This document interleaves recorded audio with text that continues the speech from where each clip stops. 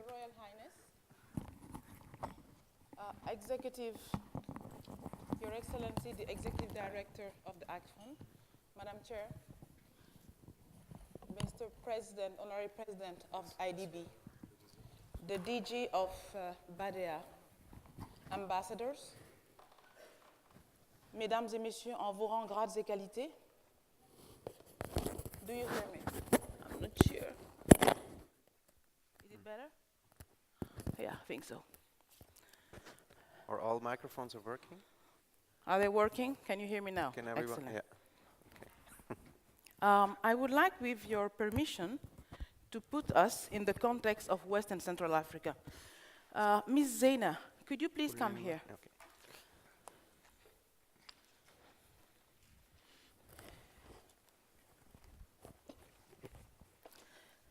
His Royal Highness talked about the culture of community and how to create awareness. This beautiful young lady helped me this morning here. Please look at her. Please look at her. I'm a woman, I love fashion. So, look at her neck. You see the seashells she has there? Look at closely. West Africa first currency was seashells. This is with what women and men used to go and do whatever they had to do. They just go to the sea. That's our first currency in West and Central Africa. So I don't know if just by chance she was here this morning, but I wanted to put this into that context. Thank you so much. Thank you.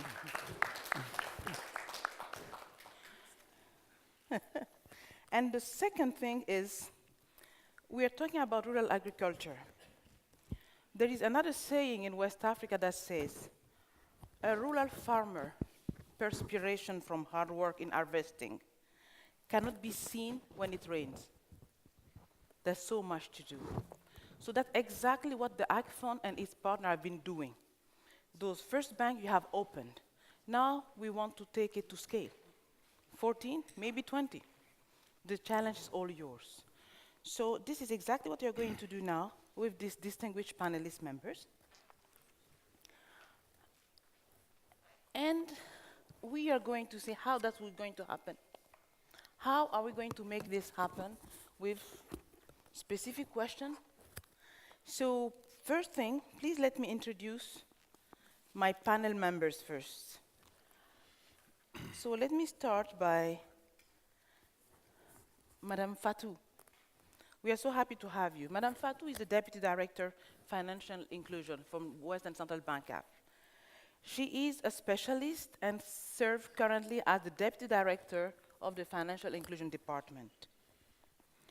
With her deep expertise in financial inclusion and years of experience, Fatou hopes to pioneer transformative initiatives to participate in African economic development. This is your chance to tell us how we can do that. Thank you for being here. Mr. Lamine Mbacke. Mr. Lamine Mbacke is the Managing Director of the African Institute of Islamic Finance Advisory and Training.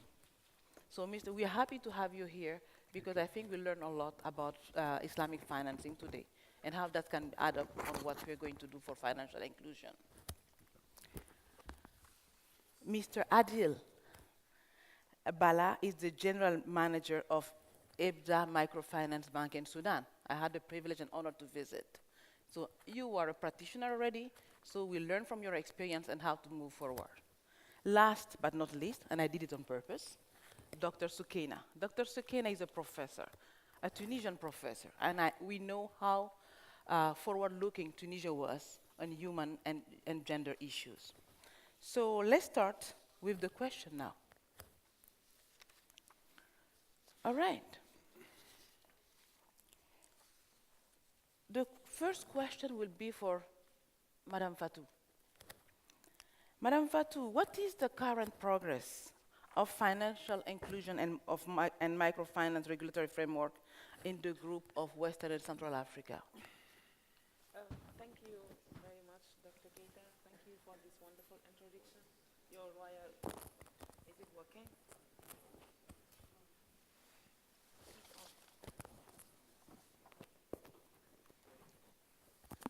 Thank you. Is it better now? Yes. Thank you very much for this introduction, Your Royal Highness, Excellency, distinguished guests. It's an honor for me to be here on behalf of the Central Bank of West Africa. Financial inclusion is an important topic for us, and as it is proven now, because it participates a lot for economic and social growth. So I will gladly answer the question. Our latest report shows us that the overall rate of financial inclusion in the West African Monetary Union is 55% of adult people. The percentage of people having access to bank account has doubled from 7.5 in 2007 to 16 in 2016. Access to microfinance access services and account has doubled also, reaching 34% in 2016. We have seen the most progress in the digital finance, as from average zero in 2007, it reached like 34% in 2016. These positive trends are all confirmed by the Global Fundex for the World Bank, and they are from several factors.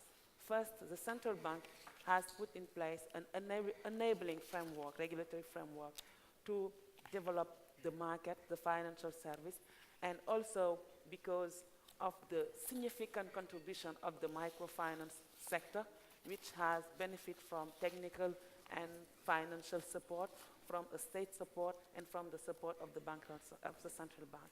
Another factor also is that we put innovative products on the market to help rich, rural, remote people who have access to phones but don't have access to urban and brick and mortar agency.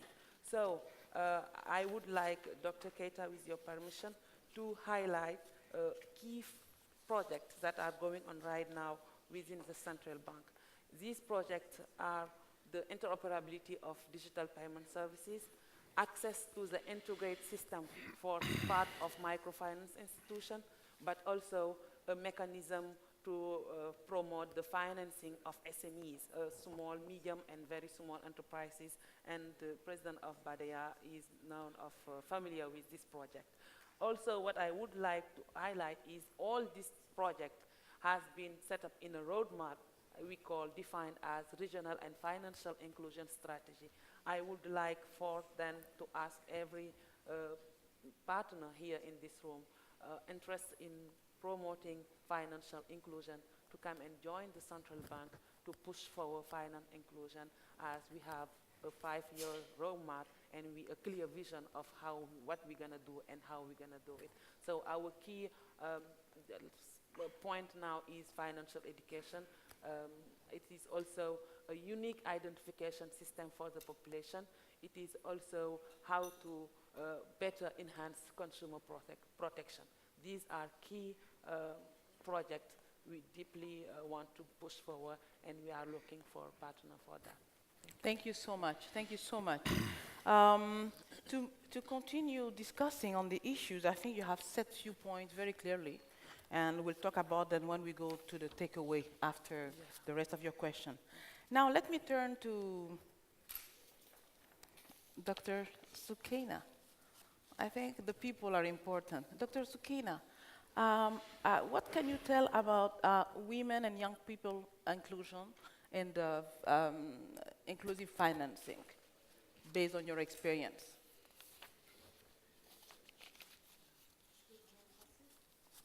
On va essayer. Puisqu'il y a la traduction, donc je vais parler en français, puisque par rapport à l'anglais, je suis plus à l'aise en français.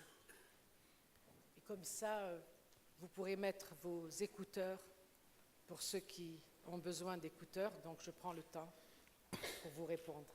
Très bien. Laissez-moi dire d'abord le plaisir que j'ai à être ici. Je pense que symboliquement, le fait d'avoir associé un centre qui s'occupe de recherche et donc de knowledge et de formation, donc de capacity building pour les femmes arabes, pour les 22 pays arabes, je pense que c'est quelque chose qui est transformatif. Et donc, ma présence ici dépasse ma personne. Je pense qu'associer un centre de recherche et de formation pour les femmes avec des institutions de microfinance et avec des institutions, des partenaires financiers, c'est quelque chose de très important. Et pour moi, je pense que c'est un saut, un changement qualitatif dans le processus de l'inclusion financière qui ne peut être inclusive que si elle inclut les hommes et les femmes. Donc, ma réponse, c'est que l'inclusion financière ne sera inclusion que lorsque, sur les 2,5 milliards de personnes qui sont exclues du système financier, dont les 2/3 sont des femmes, eh bien, lorsque ces 2/3 de femmes, sur les 2,5 milliards, seront inclus dans le système financier. Et laissez-moi remercier et apprécier la clairvoyance de son Excellence Lamine Mbacke, qui, à un moment où nos gouvernements ne croyaient pas du tout aux institutions de microcrédit, avait déjà installé des banques de microcrédit dans les pays arabes. Et donc, c'est un peu grâce à cette clairvoyance, cette lucidité, cette vision, que nous sommes là, ensemble, aujourd'hui, et je voudrais quand même reconnaître cela, puisque c'est aussi grâce à lui que le Kautar a rejoint les autres planètes du système AGFUND. Alors, vous me dites pourquoi les femmes et comment les femmes? Parce que les femmes sont exclues et qu'elles sont exclues du système financier classique. Et si aujourd'hui, grâce à la Banque financière de l'Europe, de l'Afrique de l'Ouest, si grâce à ces banques et à ces réseaux de microcrédit, nous avons beaucoup de pauvres qui peuvent accéder aux services financiers alors qu'ils ne pouvaient pas accéder aux services financiers des banques classiques, eh bien, c'est grâce à ce système de banques qui existe un petit peu partout dans les pays, pas seulement évidemment le système de l'AGFUND, mais tous les autres systèmes qui doivent se mettre en système, en fonction. Alors voilà, aujourd'hui, je crois que la nécessité est là, mais pour terminer, le troisième point que je voudrais discuter avec vous, c'est que nous sommes devant une révolution, exactement comme la révolution industrielle. Et c'est comme si on demandait aux femmes, et aux hommes d'ailleurs, de monter dans un avion. C'est un exemple qu'on donne souvent en pédagogie. On vous demande de monter dans un avion supersonique, d'être le pilote de cet avion pour faire un petit tour, et puis on ne vous dit pas comment piloter. C'est un peu ça. Alors, c'est très bien de monter dans l'avion du système financier, mais le problème, c'est comment accéder, comment savoir piloter. Et alors, comment savoir piloter? Évidemment, ça, c'est ce que nous essayerons de faire avec la plateforme dont a parlé Olga tout à l'heure, qui est une plateforme d'apprentissage pour tout simplement donner des leçons de conduite pour que tout le monde puisse conduire un avion supersonique, puisque nous sommes dans une ère de révolution technologique et que l'on parle de banque mobile, que l'on parle de technologies nouvelles, mais il faut encore pouvoir conduire ces engins-là. Voilà. Merci beaucoup. Thank you so much. Thank you so much, Dr. Soukeina. And I think the key word here is really financial education and taking gender into consideration. And let's move on to Mr. Lamine.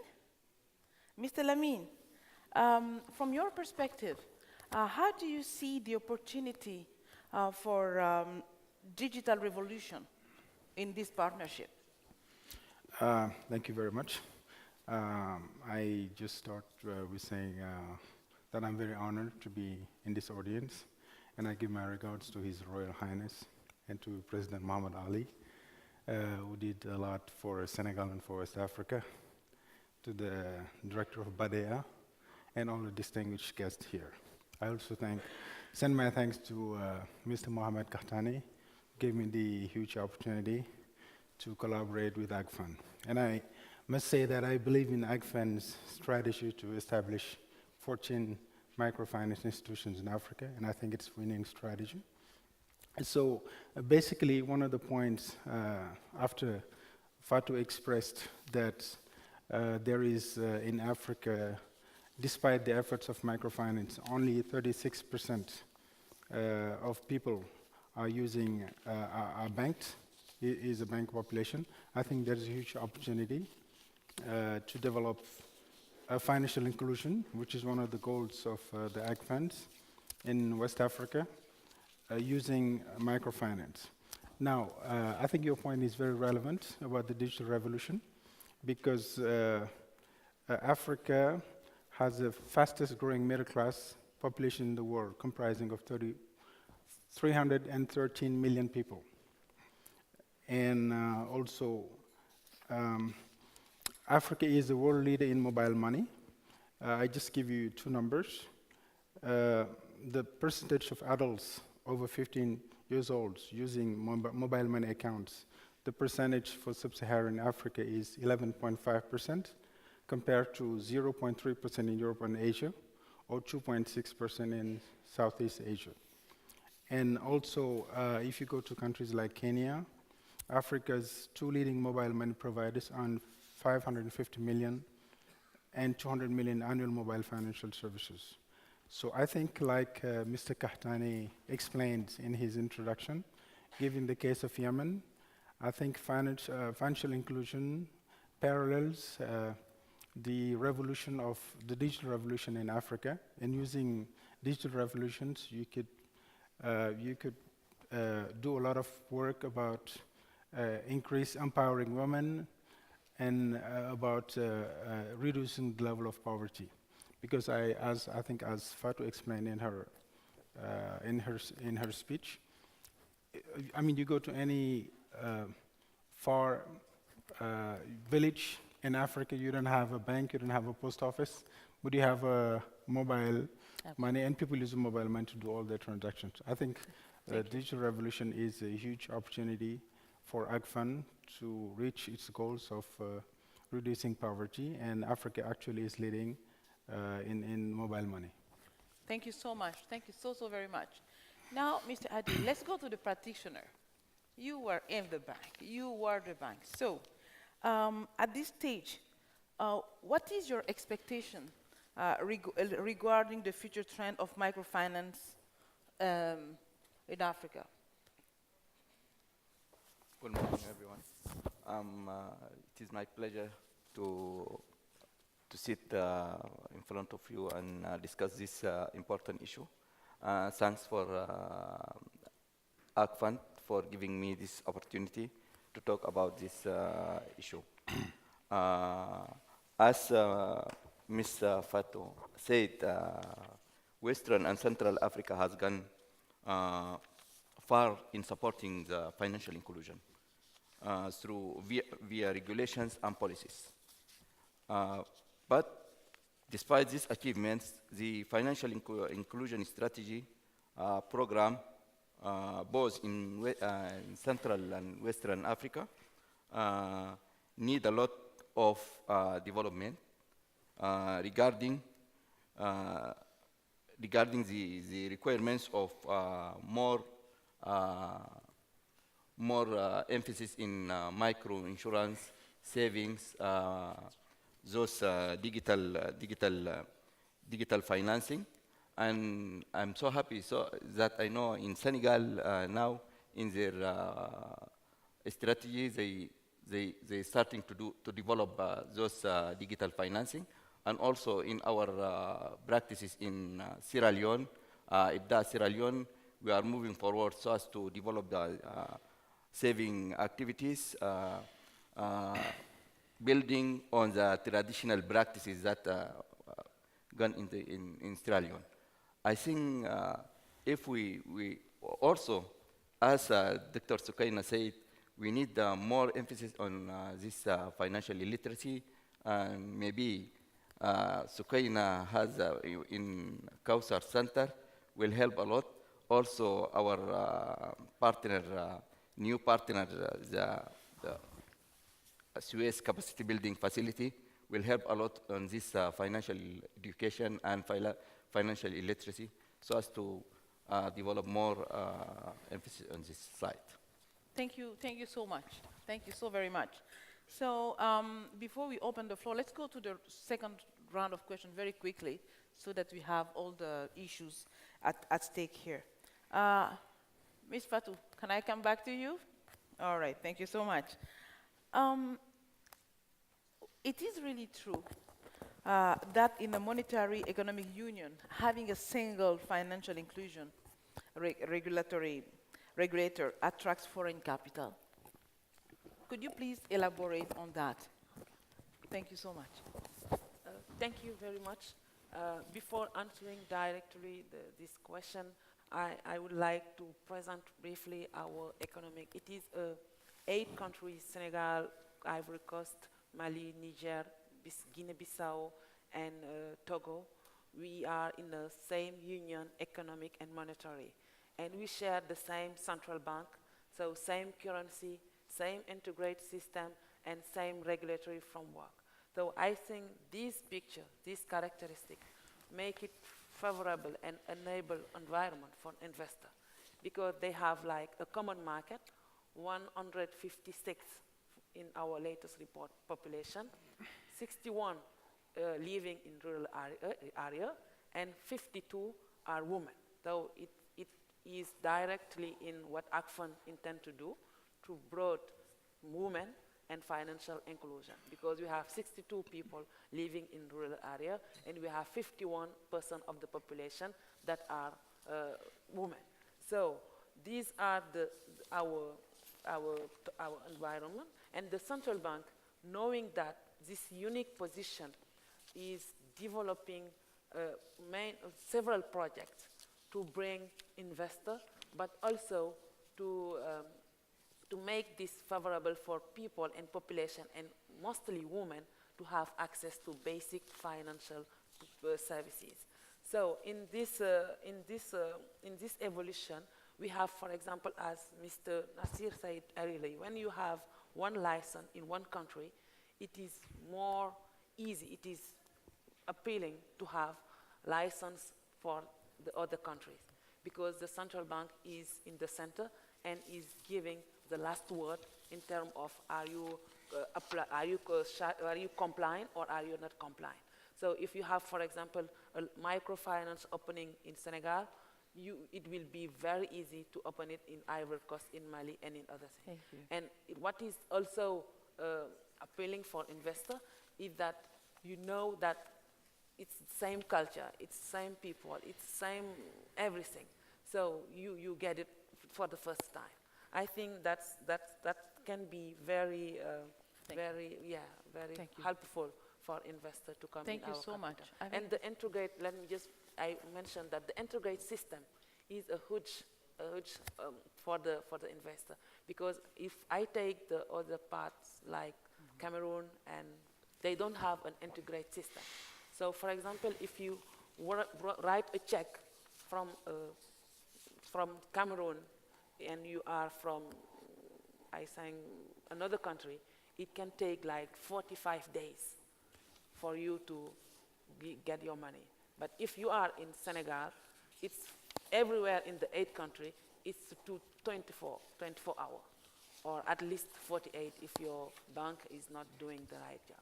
So in terms of fluidity of transaction, it has a big impact on the economic in our region. Thank you. If I understand clearly, what you're saying is the West Central Bank is more integrated than the Central African Much more. Central Bank. Yes. Much more. All right. I think that's a very important thing. Yeah. And so you are advocating for West before Central. Yeah. I take that.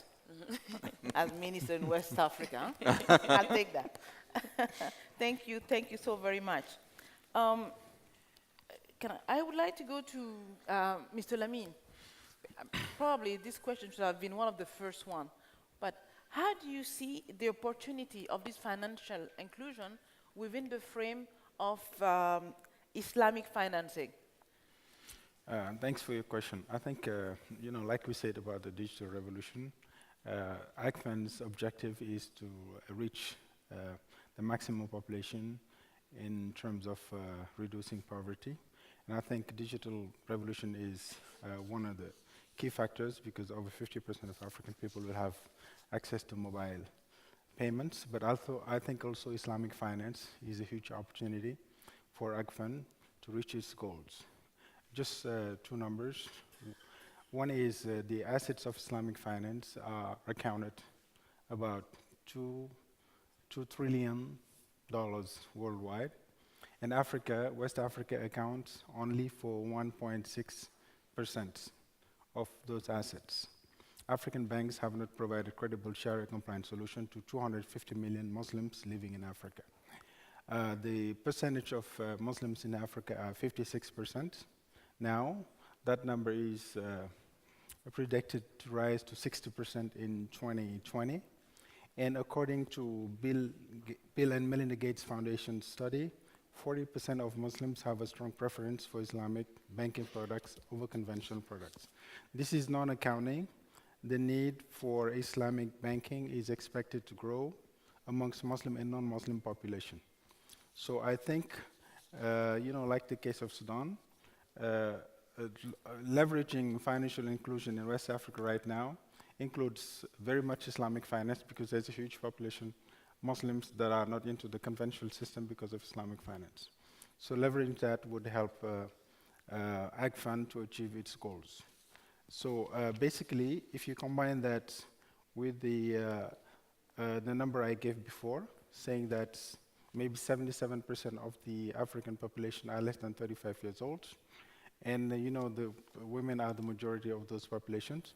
So if you take the digital revolution in Islamic finance, I think we have better chance for AGFUND to reach its goals. Thank you. Thank you so very much.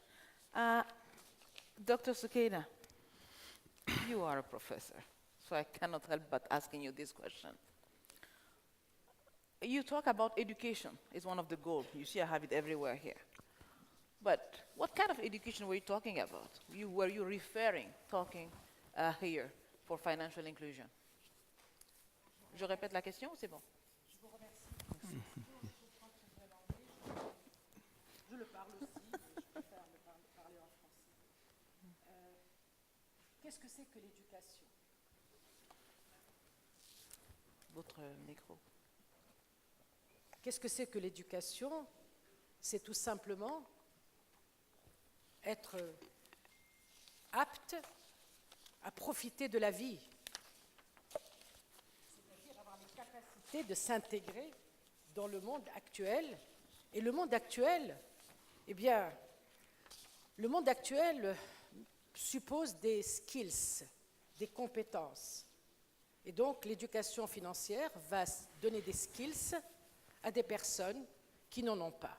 Ce que je voudrais dire quand même, parce que M. Nasser Qahtani en a parlé au début de cette conférence, c'est que les challenges qui nous sont posés par les SDGs, c'est quelque chose d'exceptionnel. Nous sommes devant une tâche énorme. Et tous les SDGs, particulièrement le 1, le 2, le 1 sur la pauvreté, le 2, le 3, le 4 sur l'éducation, mais le 17, par exemple, sur les moyens de mise en œuvre. Il y a énormément d'objectifs qui ont mis en valeur, en lumière, le besoin des services financiers pour la croissance économique. Et la question qui se pose, c'est comment utiliser ces services financiers. Et c'est là où vient la question de l'éducation. Je vais juste vous donner un exemple, parce que parfois on croit qu'il y a le Sud et le Nord, les Arabes et les autres, les Africains et les autres, mais vous savez que l'enquête PISO qui est faite sur des milliers d'élèves, on parle des élèves des pays de l'OCDE, des pays de 5 continents, de 43 millions, attendez, je vais vous dire, la dernière enquête PISA de l'OCDE qui est faite tous les 3 ans et qui évalue le niveau de l'éducation financière des élèves. Je ne parle pas des femmes analphabètes, je parle des élèves scolarisés dans de très bonnes écoles secondaires, qui a touché 12 millions de jeunes dans 15 pays, dans 5 continents, avec 43 questions, de la Chine à Singapour, qui sont très bien notées, jusqu'au Brésil, qui est un des moins bien notés, y compris la France, très mal notée aussi, les Pays-Bas, pas mal notés, l'Allemagne, qui pourrait faire mieux, etc. Eh bien, qu'est-ce qu'on a remarqué dans ces enquêtes? Qu'il y avait une corrélation entre le niveau de réponse en matière financière des élèves par rapport aux parents. Quand les parents sont éduqués, les enfants répondent bien. Et quand les parents sont d'un milieu social moindre, les élèves répondent mal. Mais 80% des élèves répondent mal. C'est-à-dire que lorsqu'on parle de l'éducation financière, on ne parle pas seulement pour les femmes vulnérables et les pauvres. Absolument. Nous avons tous besoin d'éducation financière. Nous sommes tous, quelque part, analphabètes. C'est ce qu'a démontré les enquêtes, ce n'est pas moi qui le dis. Donc, ce que nous devons faire, nous devons proposer des outils qui touchent une très grande population. Et c'est pour ça que nous devons profiter de la révolution technologique. Et c'est pour ça que AGFUND, avec nos partenaires suisses, nous sommes en train de mettre en place une plateforme unique qui pourra servir des millions de personnes en éducation financière. L'éducation financière, ce n'est pas seulement apprendre à lire et à écrire, ce n'est pas seulement apprendre qu'il y a un écosystème légal, une diversité de services financiers, qu'il y a des stratégies nationales à mettre en place en éducation financière. Il y a 12 stratégies dans le monde et Dieu sait que dans nos pays, il n'y en a pas beaucoup de stratégies financières pour l'éducation qui intègrent la question des femmes, mais on a besoin aussi de répertoires de bonnes pratiques, parce que ce que vous avez fait dans un pays au Soudan, nous on peut le prendre en Tunisie et vice-versa. Les répertoires de bonnes pratiques existent dans les pays de l'OCDE, mais pourquoi ça n'existerait pas chez nous? Très bien. Et donc, je pense que nous devons changer d'échelle. Pour faire l'éducation financière, nous allons viser des changements de comportement. Et pour changer les comportements, il faut de la pédagogie, il faut des outils informatiques, et je pense qu'on y réussira si on est tous ensemble. Merci. Voilà. Je ne Thank sais you pas so si j'ai much. répondu à votre question. Absolutely. You have answered my question. We all need financial education, and I think that's absolutely key, and we all need it. Very quickly, before we open the floor, we're still in our time, so we can relax a bit, but I still have 2 questions to go. Mr. Adil, so how do you think the opening of those banks in West and Central Africa could contribute to AGFUND work, and how do you see it? Thank you. We are AGFUND, we are not new for Africa. We have 3 banks, 2 in Western Africa, in Mauritania and Sierra Leone, and the other in Sudan, 1 in Sudan. And as AGFUND, we have a simple model for financial inclusion that will be, it can be replicated for the Western and Central Africa. Through this new bank, we will introduce Badia for this new area that Badia in microfinance. Also, we will add a new foreign capital to help poor and enhance financial inclusion in Africa. Also, introduce a new model that targets businessmen, business people, so as to share in capital of establishing microfinance banks and institutions. Also, together with Suez capacity building facilities, we are going to improve this financial literacy. In joint agreement, also, we are use our sister organization, Opening University, Arab Opening University, to build the capacity of the practitioner in the area of microfinance in Western and Central Africa. As Mr. Nasser said, also we are ready to assist and help for preparation of the national financial inclusion strategy for all the countries that in Western and Central Africa, in addition to that. Thank you so much. You see how all your answers are really, really going very well together. Last one before we open the floor. I cannot help but asking that. What do you think, Mr. Lamine?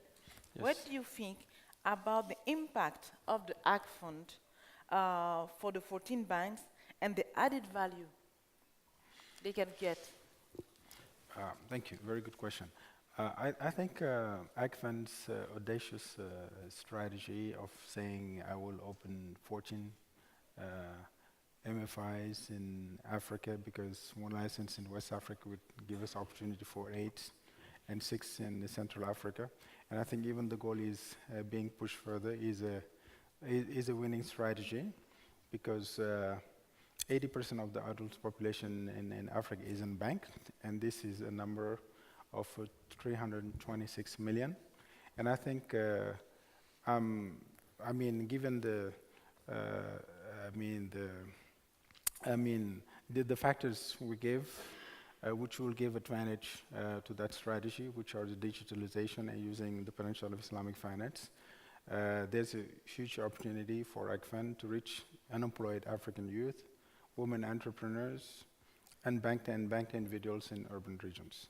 So I think it's a very good strategy to try to duplicate the success they have in the Arab countries into sub-Saharan Africa. And I think it's a strategy right in the money. There's no better place for AGFUND to reach its goals of empowering women and through financial inclusion and economic inclusion, reducing level of poverty, than to target sub-Saharan Africa. Thank you so much. Could you kindly give a round of applause to the panelists before we open the session?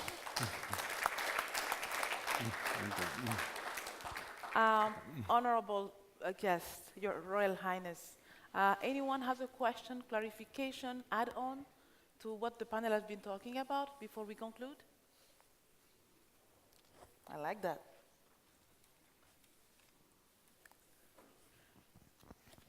We are going to start by the high table, if you allow me.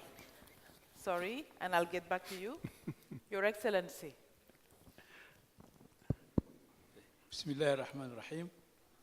First of all, really, I want to express my sincere gratitude for all of you for this very active panel discussion. And I want also really to take this opportunity, first of all, to greet and welcome and appreciate what the Central Banks of West Africa is doing. And also, I want to express on the importance of Islamic banking in financial inclusion. I mentioned the Central Bank of West Africa because of their interest long ago, really, in Islamic banking. I recall we signed a number of cooperation agreements between the Islamic Development Bank and the Central Bank of West Africa. So we are seeing the results of this. And also, I want really to share the views expressed by Brother Amin concerning the importance of Islamic banking and Islamic finance for financial inclusion. It is very important, especially in West Africa. I want also to express my pleasure about the cooperation which is taking place. Brother Nasser Qahtani referred to this cooperation. I want to really appreciate this cooperation, and we see the results, the cooperation between AGFUND and BADIA. Yes. I am confident also the cooperation with other members of the coordination group. As you know, AGFUND is a member of the coordination group, which include the Islamic Development Banks and other Arab funds. Such cooperation, I think it is very important, and especially for financial inclusion and for your activities in West Africa. We see the results now. So many banks now are going to be opened with the cooperation between AGFUND and BADIA. I am sure the cooperation with other members of the coordination group, the Islamic Development Bank, and other funds will be very, very important and to achieve this very important goal. I want to congratulate all of you for these achievements, and I am really very, very happy to listen to these achievements. Thank you very much. Thank you so Assalamu much. alaikum Panelists, wa help me rahmatullahi wa applaud barakatuh. the president. The lady in blue first. Look, or you, okay. My The question lady is- in burgundy. My question is to any of the panelists. I want to know what is the challenges in financial inclusion for women in Africa. In India, we have seen where Photograph. microcredit systems have I been need to used to see. exploit women. So I would like to know from any of the panelists what are the... Please, excuse me.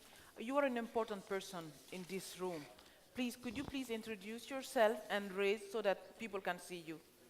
It won't be fair to you and to AGFUND otherwise. Namaskar, my name is Sunita Krishnan. I'm from India. My question to all the panelists, do you want me to repeat the question again?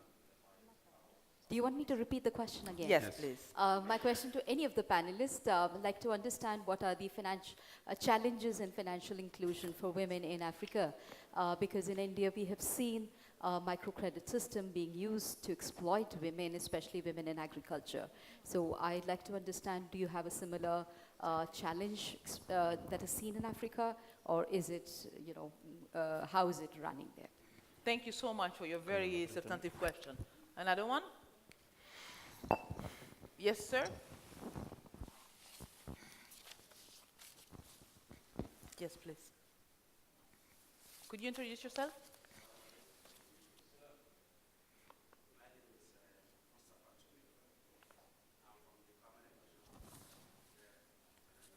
Nigeria?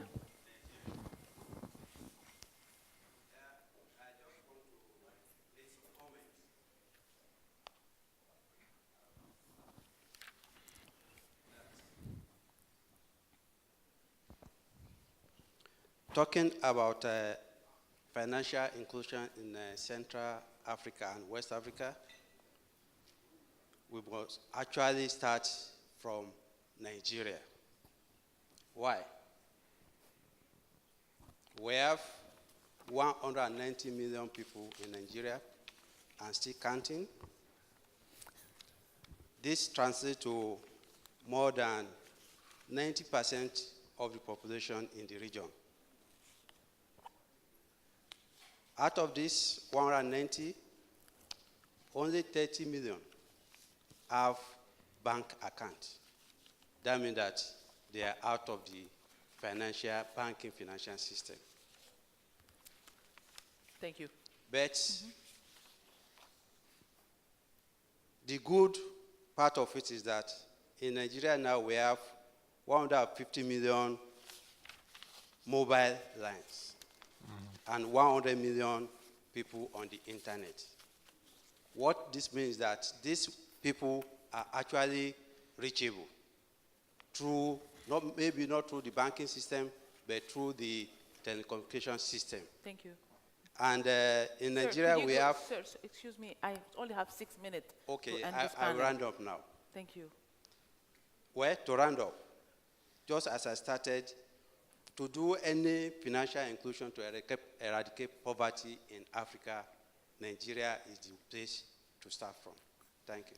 Thank you so much. Thank you for being in this room today. I think I'll answer that myself.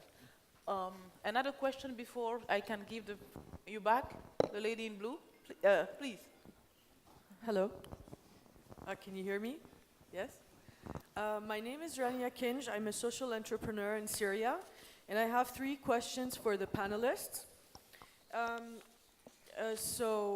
First, we've seen many initiatives concerning microfinance and financial inclusion, not since 2018, but since 20 years or 25 years. But what we've seen also is that there's a very big problem of values. I'm speaking for Syria, but I think it applies for all the Arab countries, is that the ramping corruption that does not allow women and people in general to have access to these services. because people in general put either their relatives or their friends or friends of their friends. So at the end, no matter what initiative there is, it doesn't work. So I'd like to have your comments on this. This is number one.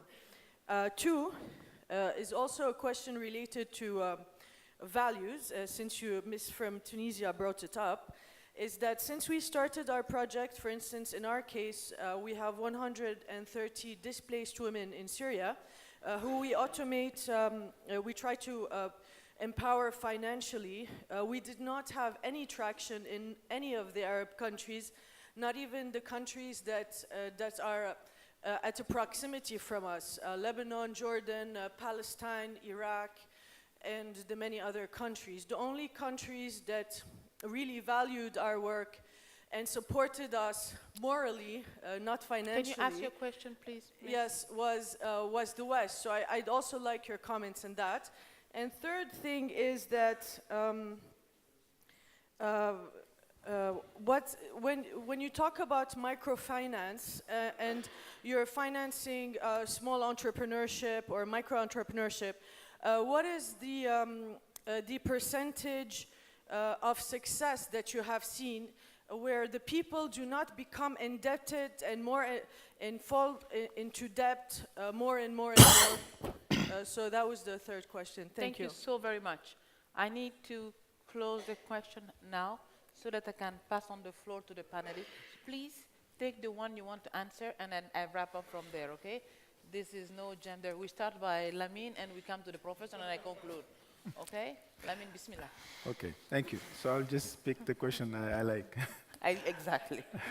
Okay, I just wanted to answer quickly about the challenges for the lady from India, for women in microfinance globally. My understanding is that one of the problems of microfinance is the high interest rates. I mean, interest rate combined with other fees. And I believe, if I'm not wrong, the Central Bank of West Africa has stated that the overall interest rate, the real interest rate plus all the fees shouldn't be more than 25%. 24%, is that right, Fatou? And I believe in some other countries it's more than that. So if you take countries like Senegal, where it's hard to find a business, where you can have a margin of 20%, so your business is killed, I mean, already. So I think this, in the long run, creates a problem for users of microfinance, usually women. So we have that problem, we have that challenge. Now, one of the things we want to use to, go against this problem is Islamic finance, because there's no interest rate. But also, there's, one of the requirements is to do the loan on a tangible assets. So there's ways you can avoid this challenge and the cycle of indebtedness. So that's what I wanted Thank you so to much. share. Ms. Fatou. Thank you. Je vais répondre en français par rapport, insister sur ce que Lamine vient de dire par rapport au challenge qu'elles font face les femmes dans le financement. D'abord, c'est comme il l'a dit, avoir accès à des conditions favorables. Mais en Afrique, la plupart du temps, les femmes ne sont pas très actives pour avoir un revenu régulier qui peut favoriser un financement auprès d'une institution de microfinance ou auprès d'une banque.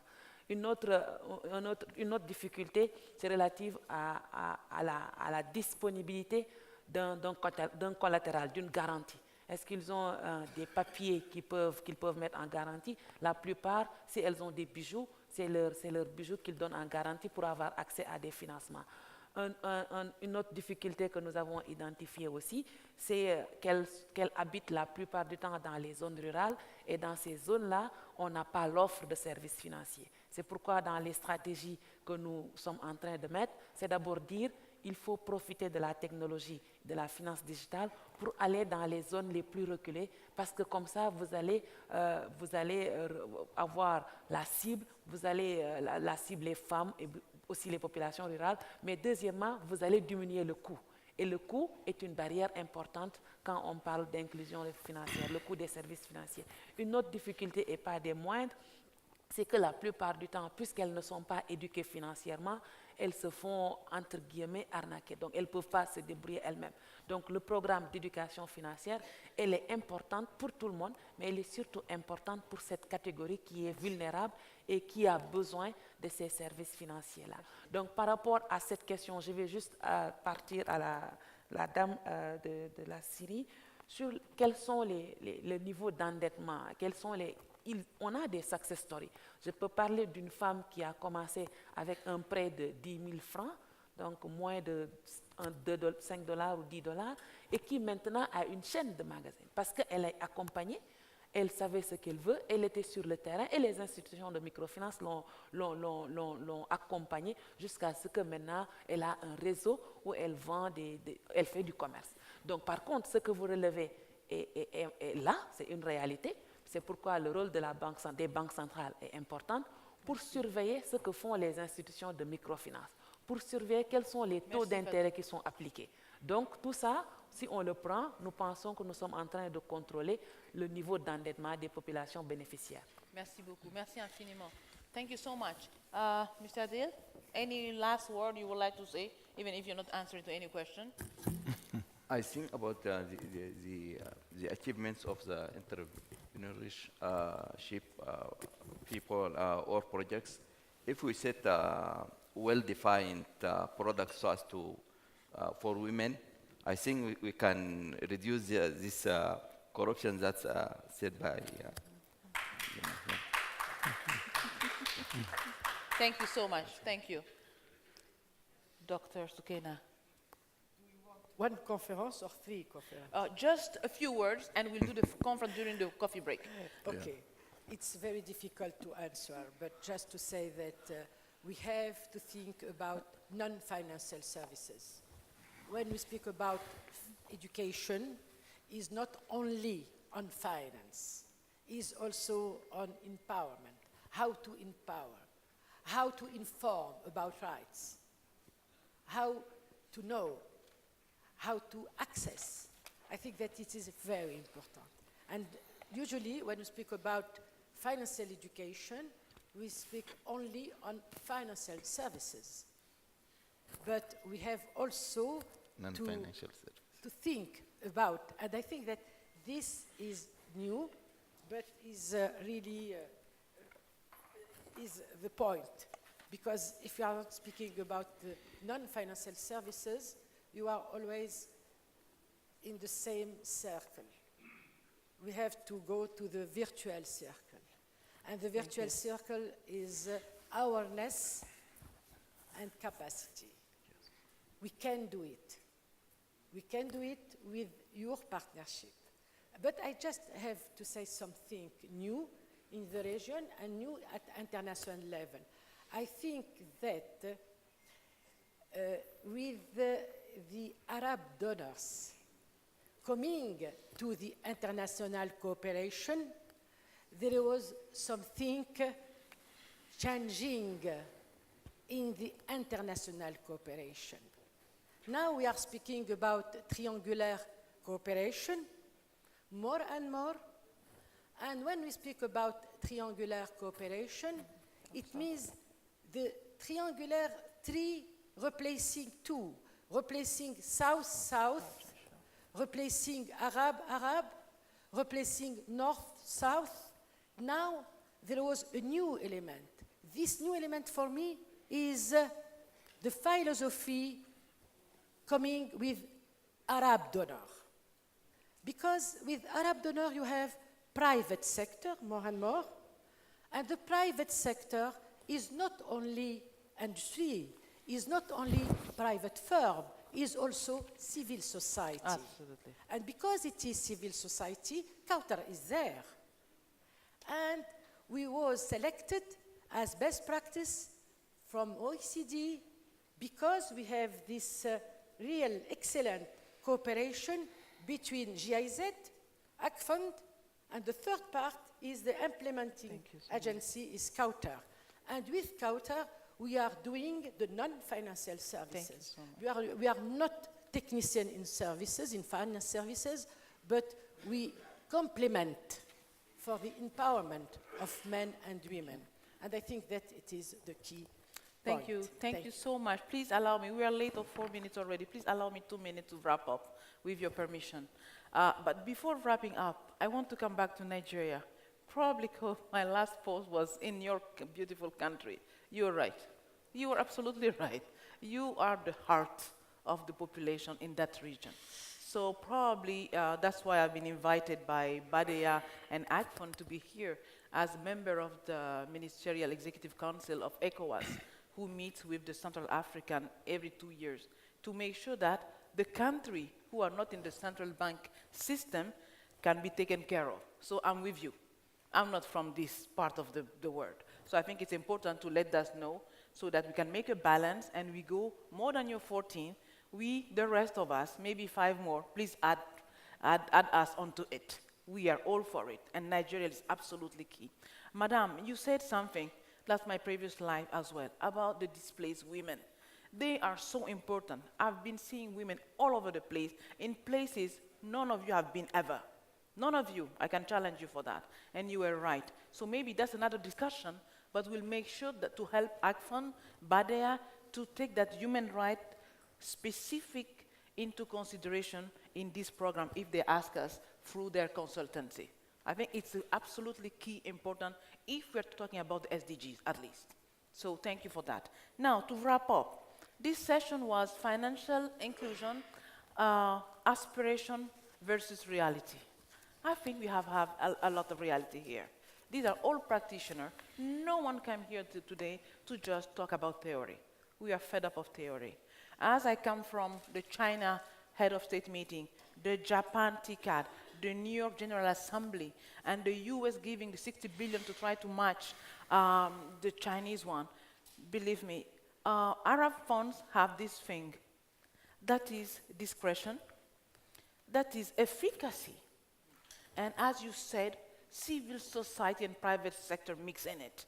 I think that's really a good thing. The SDGs are covered, and especially in his heart, ending poverty at the beginning through partnership at the end. I think that's important. But most important, as we are in Africa, is this SDG agenda goes totally hand in hand with the African Agenda 2063 vision. So this is important for us. I would like, on behalf of all my panelists here, to thank you for listening to us, but to assure you that we are going to make this a reality, because the population, women and young people, needs you. We need the men to remain in it. Mauritania created 20 years ago the School of Husband to make sure that anytime we give money to women, men knows not to go and grab it or say, what are you doing? And Niger is the country who talked about it a lot today, but it was originated in Mauritania a long time ago. So shukran to all of you, and we are here to work and discuss throughout the coffee breaks. Assalamu alaikum. Thank you.